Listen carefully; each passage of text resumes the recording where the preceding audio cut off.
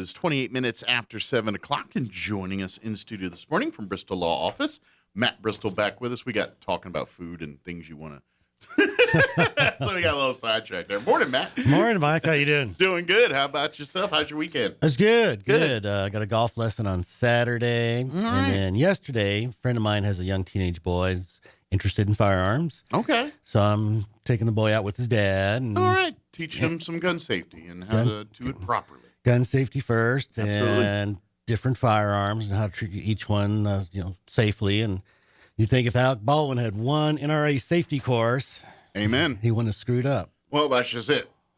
These folks that were involved, and I don't want to get in a diatribe, but people that have been around firearms and guns their whole lives know it's a tool like anything else. You treat it just like you would a knife. You know, you have knives, and you carry a knife a certain way. You hand it to a certain person a certain way. You operate it a certain way. And when you do that, 9 times out of 10, you're not going to have a problem with it. There you go. Same thing with a gun, you know. So the firearm, first thing you should have done was look and see if it was loaded or not. In true proper protocol, every single person that gun was handed to should have verified that it was unloaded before Absolutely. it was handed or loaded or whatever. Because if one person did that and the 4 or 5 that sound like handled it between the time it was at wherever it was to where it went off, that would have been caught. Absolutely. Mm-hmm. And the other rule is you never point a gun at anybody. Yeah. So, and I understand in movie world that one they got to work with a little bit, but even still, they can find ways around putting a camera in front of it without a person in front of it. And, and all that. And it sounds to me, I don't want to get speculating on that story or anything, but to me, what it sounds like, it was a movie that was hot with budget and then probably over budget and didn't have a big budget to begin with, and so they used people that were cheaper to use compared to some of the standard fare, unionized or non-union. I don't want to get into all that because I can't explain with any kind of education on how that works in the movie world. But I do know this: most of your prop companies and things that do big time movies, all of them pretty much picked apart the wrong things they did on the movie set there. So I got a feeling. This is what you hear the term, you get what you pay for. Unfortunately, I think the situation in that movie set is you got what you paid for there, and you got people that were less than qualified to do what they were doing. Including Mr. Baldwin himself. Exactly. Dumbass. Yeah. So with this young man, we did shotgun yesterday, 20 gauge pump, and 45 long Colt. Oh, cool. And so the first time we'd done rifles, and so I introduced him to different aspects, and because each one operates differently, and you want to be able to handle everything safely. So absolutely. Had a good time. Good deal. Well, for folks that are not familiar, Matt joins us every month, and we talk sound legal advice. Of course, Matt's practice, he does family law, but a lot of that involves financial planning and estate planning, things like that. So Matt helps a lot of folks around town with that kind of stuff. And so he comes in each month and just says, hey, these are some of the ducks you should put in your row here and get lined up and working on. There you go. Yeah, we do a little bit of everything. And so it helps us learn about other stuff at the same time. Absolutely. And a lot of stuff just ties together so often. Well, that's just it. It's all related. If one kind of begats this, or one's either related or similar to when we talk about it. And we're talking, like a will. Okay, yeah, you decide, I need a will. Yeah, you do. All right, well, what do you put in the will? What's worthy of putting in the will? What isn't? Who gets what and where? How do we determine that? We all watch TV and see the old movies where, like, I leave my ancient cigar case to Uncle Theo, and you're like, most of us aren't doing that but as far as your big assets, who gets my house? Who gets who gets the whatever monies I have saved? Who gets this? Well, we help people think about what ifs. Yeah. So they say, well, I want my kids to have my stuff. Say, okay, well, what happens if one child passes before you do? And they get this blank look on their face like, ooh, never thought about And then you're like, well, that. that's not going to happen. It's like, well, in theory, no, it won't, but there's always a possibility. Got to have plan B. Never know. I mean, in theory, you can play the what if game all day. It's like, what if all of you are in the car at the same time when it goes off the cliff? Who gets the money then? You know, Well, and that's the stuff you got to talk about. Well, and that's true. Most people, they travel together.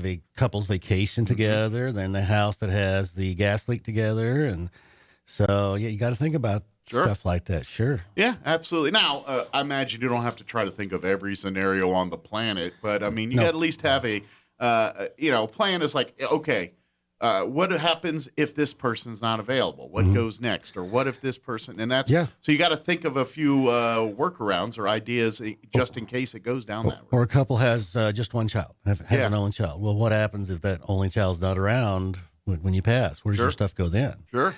And people go, ooh, hadn't thought about that either. Yeah.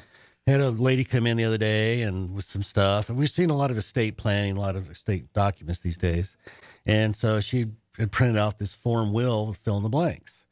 And I said, well, you probably don't want to use that. And she says, well, why? I said, well, New Mexico does not recognize handwritten wills. So that's all for naught right there. So anytime you fill in the blank, that's handwriting. I said, now you can type it in, but you can't handwrite it in. Mm-hmm. I think the only handwritten part's signatures, right? Yep. And it's probably got to be in blue ink or what. There's some usually rules on ink sometimes too, depending on not so much for documents and things. This stuff, yeah, very, very, very rarely. That may have changed some with the technology world too.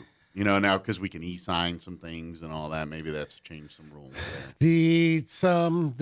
For example, the bankruptcy stuff cannot be e-signed. Okay. Bankruptcy paperwork cannot be e-signed. I don't think wills can either. Now that I think about it, right? Don't not yet. Okay. New Mexico does not have remote notary acts. Gotcha. They're thinking about the possibility of, but they haven't done the regulations yet. Well, that's going to have to happen because technology is changing how we do things, and that's and the law has to understand that. And I imagine they will come with a workaround once they determine the security and all that. It's not that they don't want to make it convenient, but they don't want to make it convenient for people to do nefarious stuff. So they got to make sure that it's not as right. There's a whole potential for fraud there. That they got to be really, really careful. Sure, that would be really bad if someone got fraud. Somebody did some kind of scam on them through online stuff and end up losing their will and things because someone was pretty crafty with an e-signature. Yeah, or house. I hear those ads on the radio. I'm not sure how that really works, but that's a ground for potential fraud of somebody somewhere e-signing something with a fake notary and doing something to your house. We get calls sometimes for particular people that actually know me. They say, "Hey, Matt, you call me back," and so I'll call them back, and they go, "Well, my dad just died last week or this week. What's the first thing I need to do?" And I tell them, well, the first thing you need to do is just grieve. Because until you get a death certificate, you can't do anything. Yeah, you're dead in the water. Pardon the pun there, but you're stuck so you can't do anything. Yeah, so I just take your time, grieve your loss. Don't worry about anything. There's nothing immediate you have to do. And they say, well, what about, do I have to close the bank accounts? I go, no. Not yet. You keep the bank account open at least for 12 months. Because if some kind of check comes in with the deceased person's name on it, that's about the only way you're going to be able to access that money. It can only be deposited in an account with their name on it. So you don't close the account for a year. Yeah. Because things like safe deposit boxes, they only come once a year. Well, and that's just it too. I imagine it gets a little tricky as a power of attorney for setting up new accounts and things. Whereas it's probably just a more smoother thing if you just keep the accounts already established open and allow it to naturally flow that way, as opposed to now that they're past, close an account and open a new account specifically for this kind of stuff. Because in essence, you're making it harder for people to get stuff to you. Well, so sometimes a bank account has to be opened in the name of the estate. It does, but you don't do it just because. You wait till somebody tells you to. Gotcha. Very good. So the life insurance. And then even at that point, I would imagine still closing that other account's a bad idea. It's maybe you can set it up where you can look at each other and transfer from each other or something. Because assuming you use the same bank and everything for that. But yeah. Well, you got to have some kind of account with the deceased person's name on it. Could be a tax refund. It could be, okay, well, let's sell the car and so you get a little car insurance refund. There's no telling what might come in, but it can only go into an account with the deceased person's name on it. Gotcha. So you keep that account open. You have the mail forwarded for a year for full 12 months because safe deposit box bill only comes once a year. And just a pro tip, you're going to be getting stuff every once in a while, even years past that. Like my brother was the executor of my mother's will because he was right there. I was farther out. But to this day, he still gets like Fingerhut catalogs and stuff with my mom's name on it. She passed away in 2003, by the way. That was almost 20 years ago. Yeah. So just to let you know. Yeah, weird stuff like that happens. It sure does. Yeah. But it's important to do that.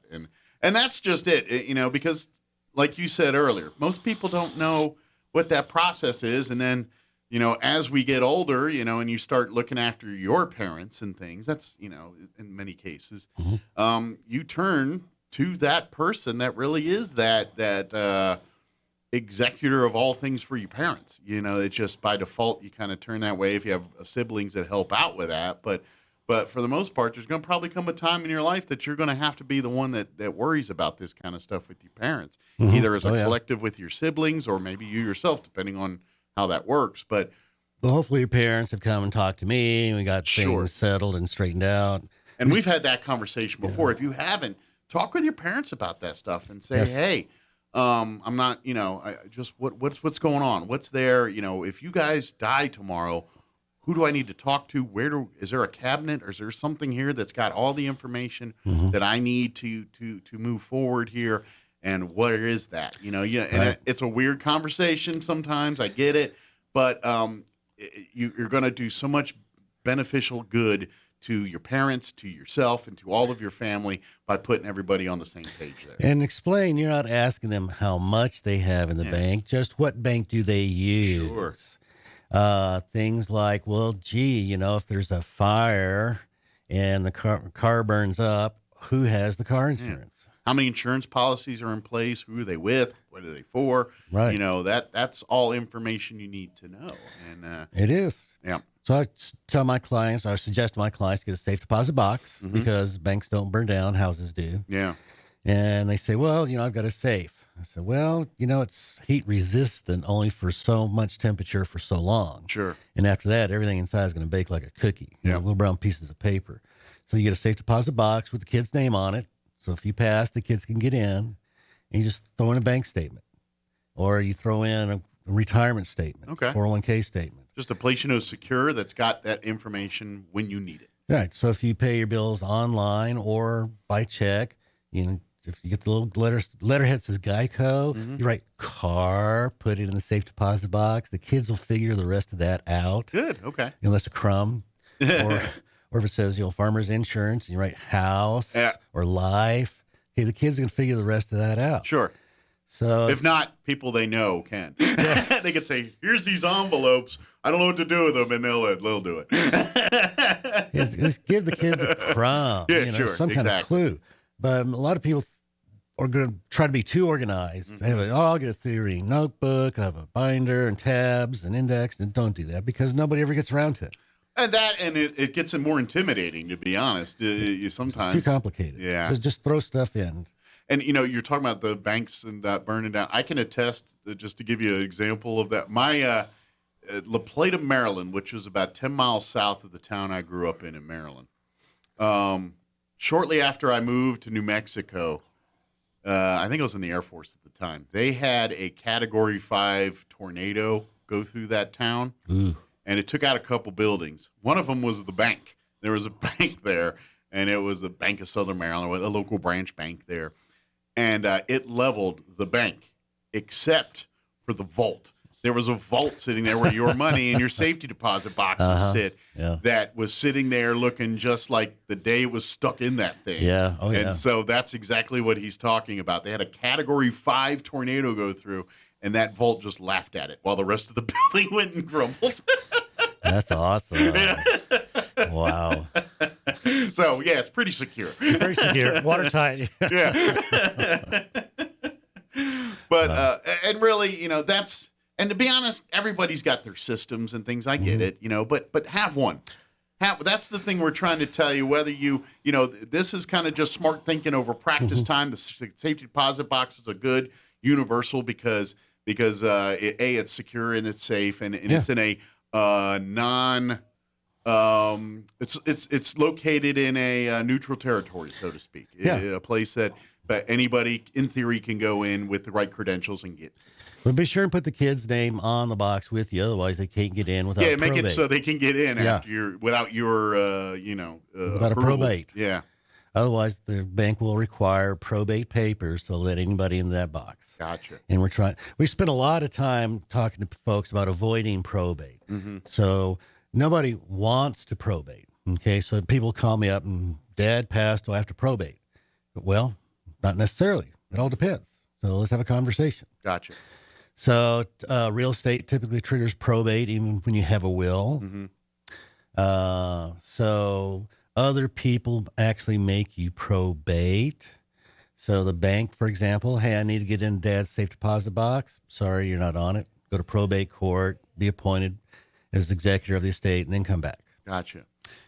I just had and this is not, it's related but not related. It might require us to do a whole nother thing another time, but how does that work with homes and reverse mortgages and all that? If your family had to put a reverse mortgage on that home and it's in a will, does that change variables? Matter of fact, or is that a simple thing, or is that, because like you hear commercials on TV, for seniors, you get a reverse mortgage, you get money back from your own and home. How does, do they lose the house when they die when that happens, or does it? Well, seniors should never get a reverse mortgage to pay bills. Gotcha. Okay. Because I've seen them get a reverse mortgage, pay off the credit cards, and 5 years later, the credit cards are back up. Yeah. So just don't do that. That's a bad idea.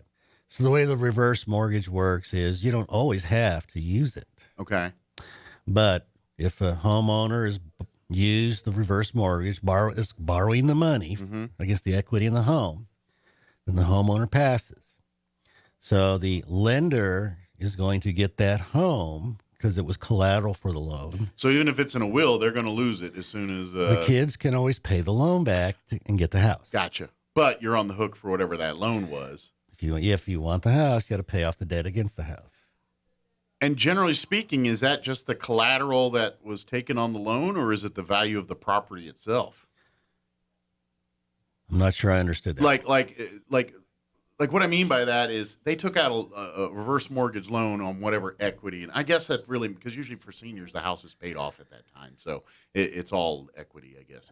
I'm thinking of people that still owed money on it. I guess that's where I'm going. Well, the loan is based on your age, how long you're likely to live, and how much equity there is or isn't in the home. So your house may be paid off, or maybe just a mortgage on 50% of the value, something like that. So probably a good rule of thumb, if you're a good communicating family, is if you need to get a reverse mortgage for your home to take care of your whatever, probably should get your kids in that conversation too, so they understand fully what's going on there. Because, if you got the family saying, well, I'm playing on that as my inheritance here, and you're like, well, sorry, I got a reverse mortgage. Yeah, unless you want to buy the house, right. It ain't yours. I mean, you might want to have that conversation, or it's going to be really weird at the funeral. You don't tell them about that. If you're thinking of a reverse mortgage, at least come talk to me, because don't ever use that money to pay unsecured debt. So I know we're getting off topic here. What would you consider a good reason for getting a reverse mortgage? If it's not to pay off bills. It would be medicine. Okay. Something life needed. A necessity, right. Okay. Credit cards aren't a necessity. Okay. So if you couldn't afford the prescriptions, something like that. Or I guess if you just want to screw the world and just charge a bunch of debt and you don't worry about, what I mean? Like if you're like, one last big vacation. Yeah, a little Thelma and Louise situation. But you're going to tick off a lot of people doing that probably. But I guess it's your house. You can do with it as you want. Yeah.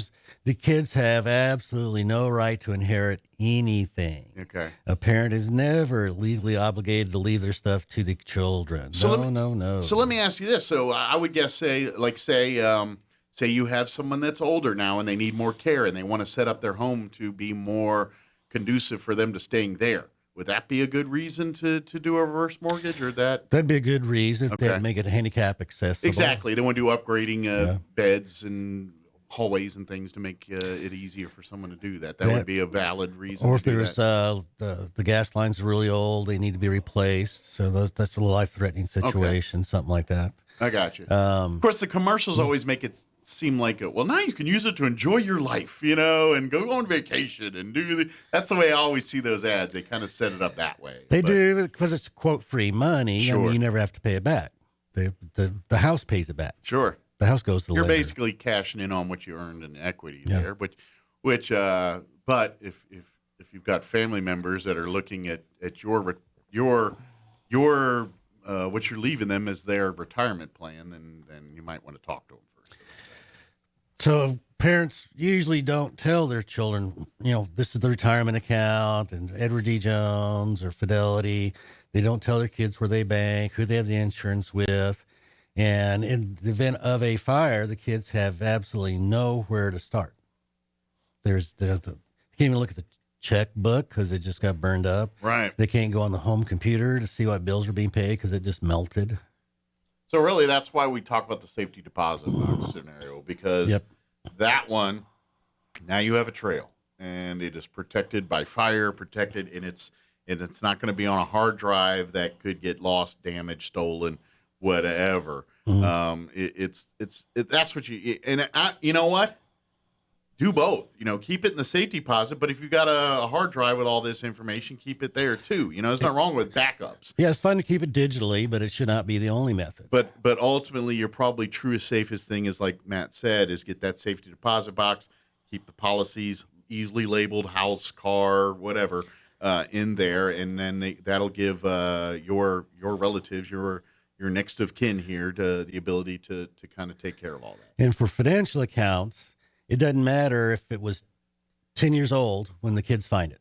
Okay, so they find this bank statement's 10 years old. They go to the bank, and mom and dad have an account here. No, they moved it. Great, where'd they move it to? There's a paper trail. Moving money leaves a paper trail. This is true. So where that money goes, you have a paper trail to find it. Something we hear a lot is, well, dad passed and dad left me everything. I'm an only child. So I took the will down to the bank to get the money out, and they won't give me the money. And I say, yep, you're absolutely right. Yeah, that's how it works. They're not going to give you the money. That's not what banks do. Yeah. So in that case, a bank would make you go to probate court. Gotcha. So other you just people can't walk in and ask for your money. They don't like that. Nope, not your money. Yeah. But there's ways around that. Your bank account can say POD, payable on death, to whoever you want to go to. That's one way in a bank to avoid probate. Okay. So your checking savings can be POD, payable on death. But you, the one with the assets, need to set that up for your kin to help that situation. Otherwise, they can't do it on their own. Right. Yeah. The account owner has to do it. And people, for some reason, they look at me and say, well, can you do that for me? I'm like, no, you have to do it at the bank. Yeah. It's the bank's account. That's not a lawyer thing. That's not a lawyer thing. Yeah. He's not filing a motion for you. He's just going to the bank and setting up a payable upon death thing. So I always think that's kind of funny. And the probate court here does have forms. They have a packet of forms. So a lot of times we end up helping people fill those forms out. Gotcha. Because attorneys can be expensive. I get that. And if somebody needs help filling out a form, glad to do it. Yeah, absolutely. Yeah. Probably running short on time here, but do you have some factor fiction here for us here? For those that don't know, Matt loves he's a master of words, and he loves to get origins of words, and we always have some good information whenever we do these. So do we have time for one today? Yeah, short one. Yes. All right. Okay. So in Greek, the prefix syn means with. Okay. Like synchronized. Okay. With timing. Gotcha. And so there's the Greek word synkinesis. And so kinesis is where we get the word kinetic. Okay. Like, kinetic motion, kinetic energy. Gotcha. Okay. So, and you think, well, that's an odd word. I wonder what that really means. But in Latin, it's the same thing. We just pronounce it emotion. Ah. Motion. Gotcha. So in Greek, it means with motion, with energy, kinetic energy. It's that movie was so moving. Yeah. So it's the idea of not just a static feeling. It's a movement. Interesting. through energy or of energy. Yeah. So in Greek or the Latin, it's still the same. It's that idea of there's something moving. Interesting. Yeah, I think that's interesting. It is cool, which makes it neat because obviously there's many languages based on Latin. And so you're like, okay, well, and that's why sometimes you hear words that are similar in French and in Spanish to English and things, because we're all Latin-based languages, and that's where some of those ties come from. Yep. So that's cool. Yep. If you have any questions about anything we talked about here or any real family legal advice or anything, Matt Bristol and his law office can help you. You can go online to bristolllawoffice.com. Yep. And you can schedule an appointment right through there or call. Well, you send questions. Email questions. Yeah. And then we email you back and set up an appointment. Yeah. Or call us, 625-5284. Very good. And I guess we're going to do the area code nowadays. That's right. Make sure you put the 575 in on the landlines, too, not just the cell phones. So, all right. Thanks, Mike. Anytime. Do you think, does New Mexico have that many numbers that we have to require this? I mean, honestly. I don't think we have the problems that, say, California or Texas do with area codes. No, it was they're adding a new some kind of emergency number. Oh, okay. And so in order not to dial it by accident, then so everybody's using the 10 digits now. By the way, since we're working on emergency things, can we please fix EAS on radio? It's the same tired thing that we've been doing for 30 years, and it sounds so antiquated and bad. Half the time they call, it's like, we got like,